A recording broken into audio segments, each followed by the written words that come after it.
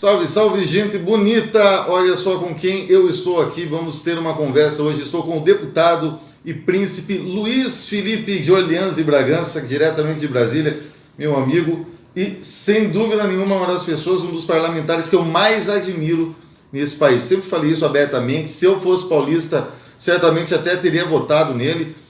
Luiz Felipe de Orleans e Bragança, tá gostando aqui de ser parlamentar? Olha, tem um lado bom. Primeiro, muito obrigado por estar me recebendo aqui no teu canal. Nossa, eu que agradeço por me receber no teu gabinete.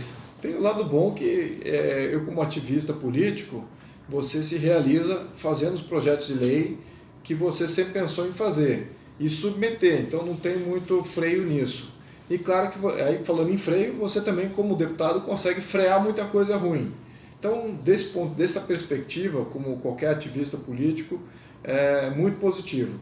Agora, a experiência de você ser deputado, ela é totalmente diferente de tudo aquilo que eu já vivi na minha vida até esse ponto.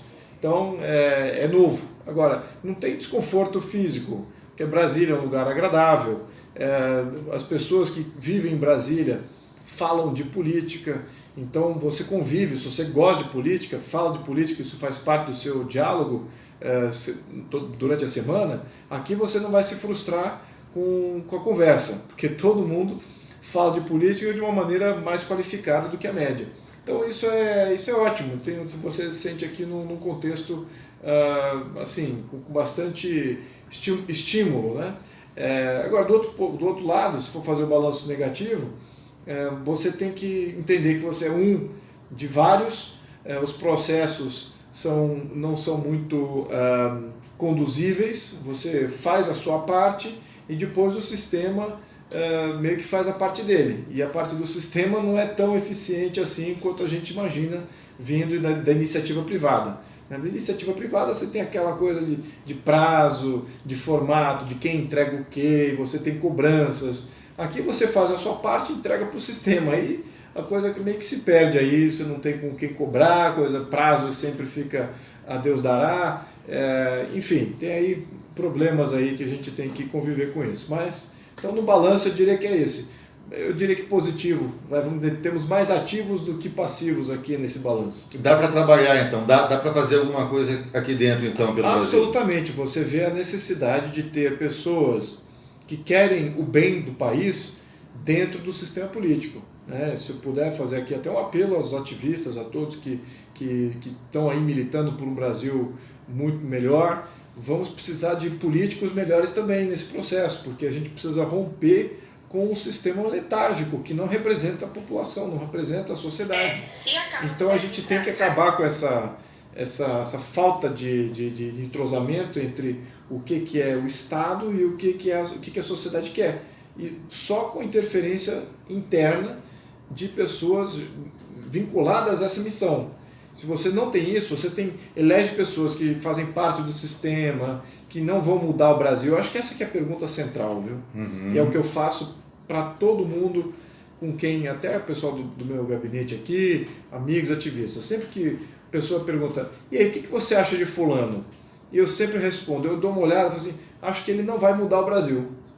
E acho que essa que deve ser a síntese de julgamento de você, eleitor. Você olha para a pessoa e fala assim, esse aqui vai mudar o Brasil? Ele quer mudar o Brasil, ele vai mudar o Brasil?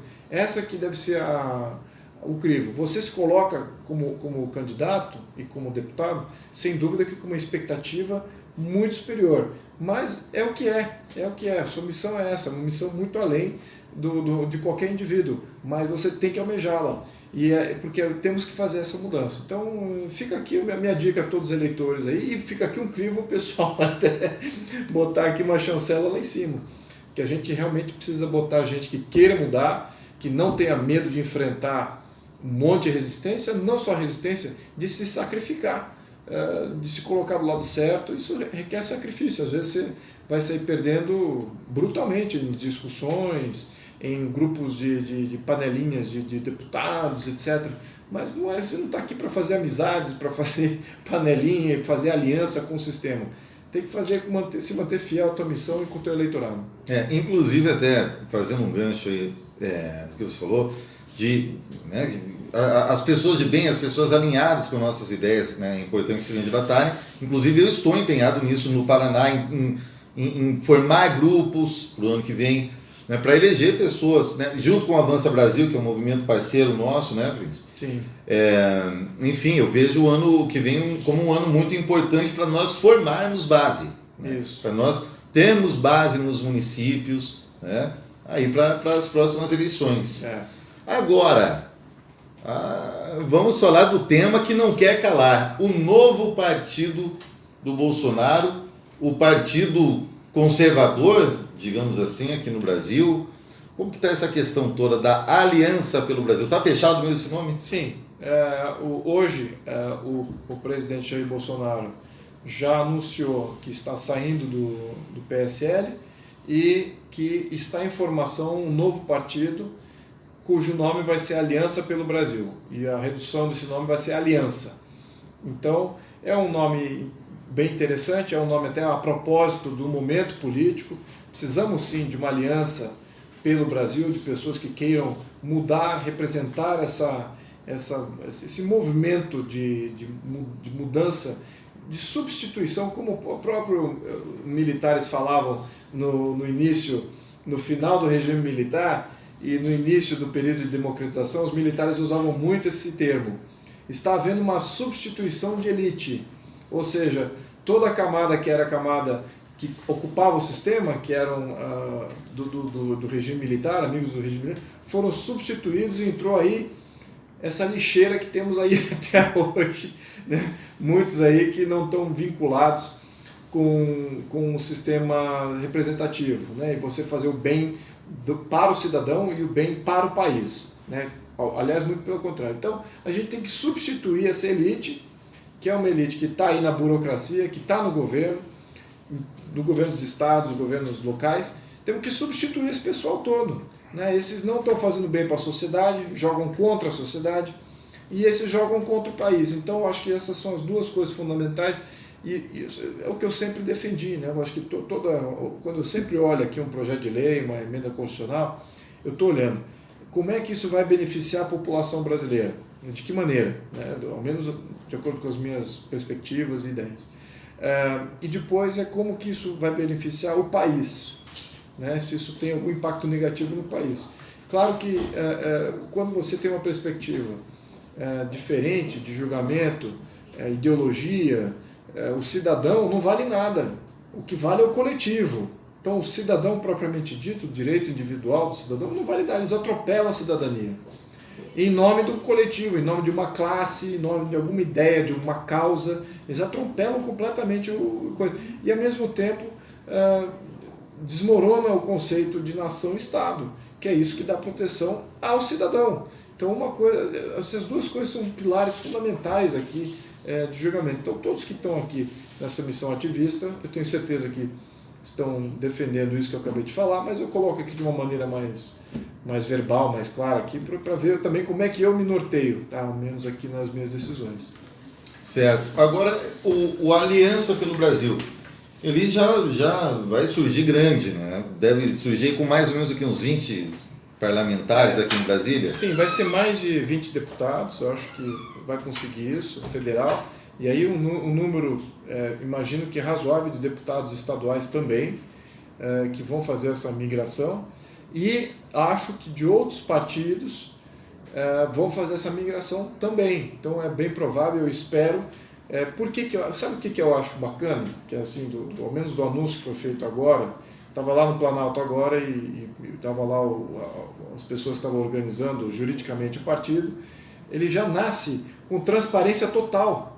Então a transparência das contas de partido vão estar no site em tempo real a todo momento. Então não vai ter essa de caixa preta do partido, de ter um financiador, de ter fundo paralelo de campanha, ou nada disso. Então vai ser transparência total. E claro que a dependência aqui, eu acho que ele nasce pobre até. Ele nasce só de rico de intenções e talvez pobre de recursos. Porque, na minha opinião, acho que não vamos conseguir transferir o fundo partidário que nos cabe a cada deputado, não vai conseguir ser transferido uma vez que o partido seja formalizado. Então, não, eu ia perguntar isso mesmo. é bem provável que não. Vai vir sem fundo partidário? É bem provável que não, mas num segundo momento, imagino que sim, né? Porque requer um tempo aí para fazer essa menos um ano, não sei como é que faz. Mas independente disso, todos os deputados que estão fazendo essa migração não foram eleitos com fundo partidário. Então, e fundo eleitoral. Então, nós estamos eu particularmente zero de qualquer apoio de partido quando fui eleito em 2018, e a maioria dos outros deputados que foram os primeiros signatários, nenhum deles foi eleito com fundo eleitoral, foram recursos próprios e suar a camisa mesmo junto ao eleitorado. Então, já nasce com princípios de transparência que nenhum outro partido tem, por incrível que pareça. Tem alguns outros partidos aí que não recebem fundo eleitoral, mas não tem a transparência total que a gente está querendo colocar aqui. Então, acho que isso é interessante, e também temos um viés que está muito em linha com a expectativa da população nesse momento, de você fazer defender a família, defender valores, defender a nossa soberania, defender a livre iniciativa e a propriedade privada. Isso é fundamental para você ter uma sociedade que vai estar junto com as grandes sociedades da humanidade. Então, temos que nos inserir o mais rápido possível. Então, esses valores, defendendo isso como partido e se tornar um partido relevante, a gente tem mais chance de levar isso a cabo. Então, eu estou bem otimista com esse processo. Perfeito. Agora, quanto ao surgimento de outros partidos dessa mesma linha, tem bastante gente, né, com essa ideia. O próprio Avança Brasil vinha com a ideia de criar um partido chamado Conservadores, né? Tem aí o pessoal que está formando a União Democrática Cristã, enfim, a nova UDN, né? Quero saber a tua opinião agora. Continua fazendo sentido buscar criar novos partidos dessa linha, ou é o caso mais de nós direcionarmos todos para a aliança, que já é um partido que já deve nascer bem estruturado? Não, acho que, todo exercício de... Primeiro, eu sou contrário à ideia de que tem que limitar os partidos. Acho que tem que ter multipartidarismo mesmo.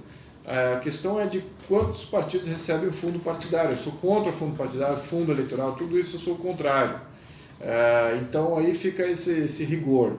Mas, em termos de liberdade de associação, quanto mais partidos vierem nesse sentido, melhor, porque o outro lado também tem uma série de partidos de esquerda que continuam surgindo também.